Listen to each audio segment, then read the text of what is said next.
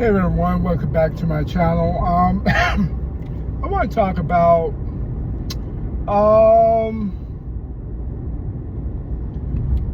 I saw an interesting post of this BJJ person, and once again I want to thank Spring Hill Jiu-Jitsu, Jiu-Jitsu in the country. That's what I'm gonna call them, for the extreme hospitality and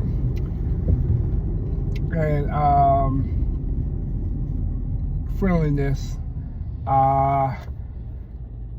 It was much appreciative because definitely was nervous. But anyway, I want to talk about, I saw a post of a Filipino martial artist the reaction of a BJJ person talk about, you really need to be careful how you talk about having too much confidence in your fighting skills, because, and this person was saying that you sit there thinking your BJJ is so good, and because you're a blue belt, purple belt, you think you can kick everybody, but you'll go to the club and you'll have a CrossFit nut with anger problems, just smooth, straight, knock you the F out.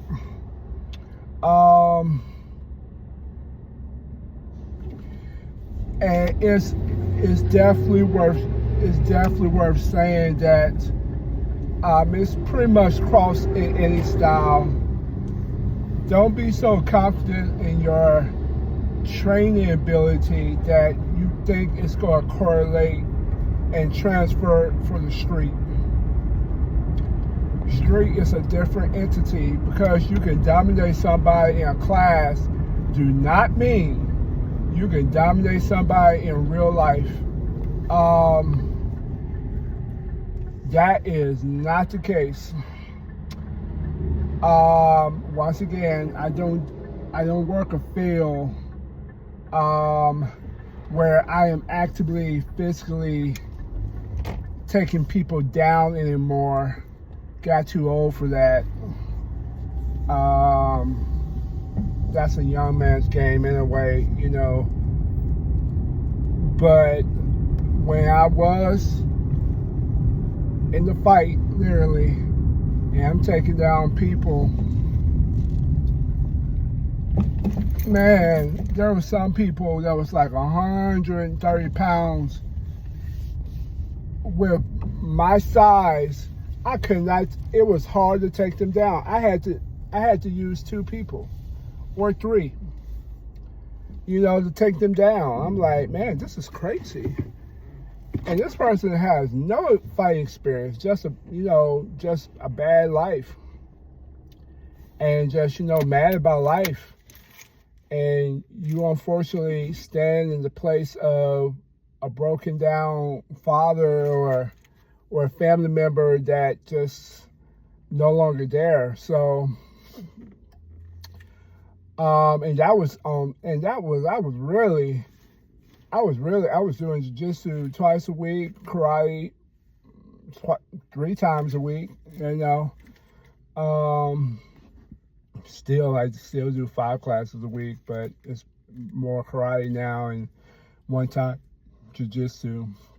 And initially it was to heal, come back from a injury. Then eventually I was like, man, this ain't worth it. How I feel after every class, my neck, couldn't turn my neck. Like right now, I train with some real jiu-jitsu guys, and my neck, it hurts. And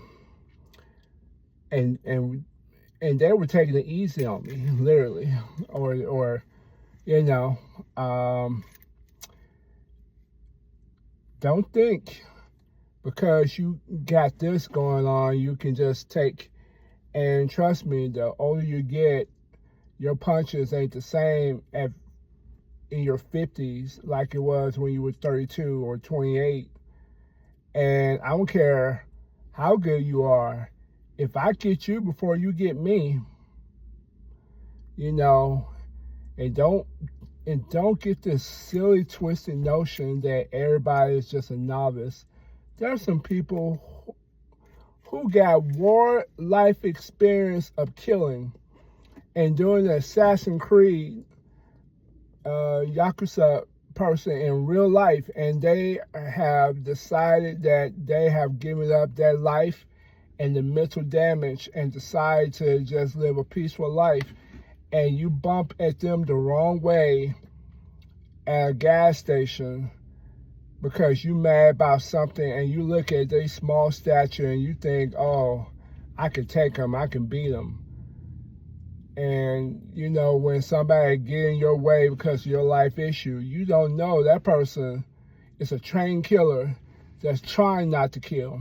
And you, with your cockiness, get taught a lesson and realize that you're not as good as you think you are. I don't care how good you train or what belt ranking. Look, I got 2 brown belts.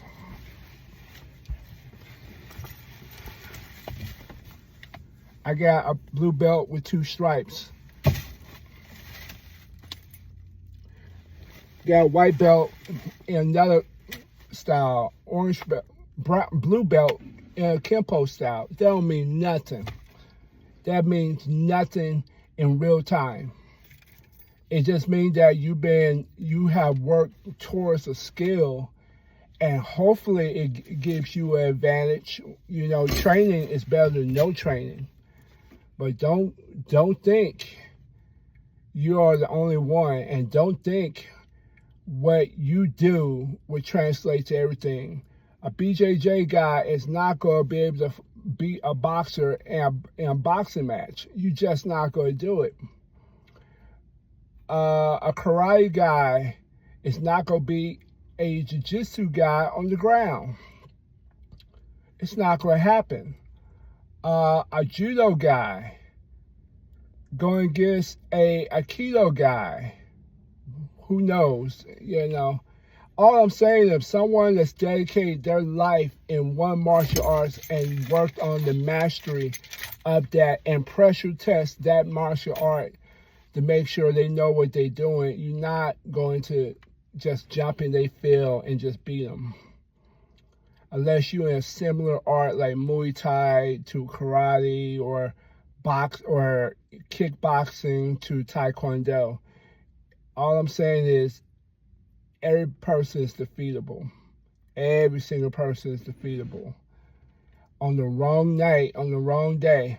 And even if you battle everybody and beat everybody, next thing you know, a kid, a 14-year-old, 15-year-old kid, rob you at gunpoint and shoot you with a bullet, and all your martial art don't mean nothing.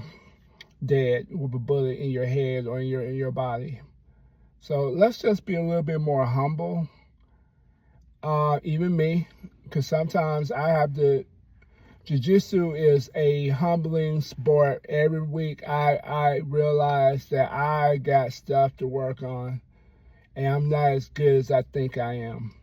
But when you humble, you become a better martial artist, a better humanitarian in general. So, all right, guys, have a good one.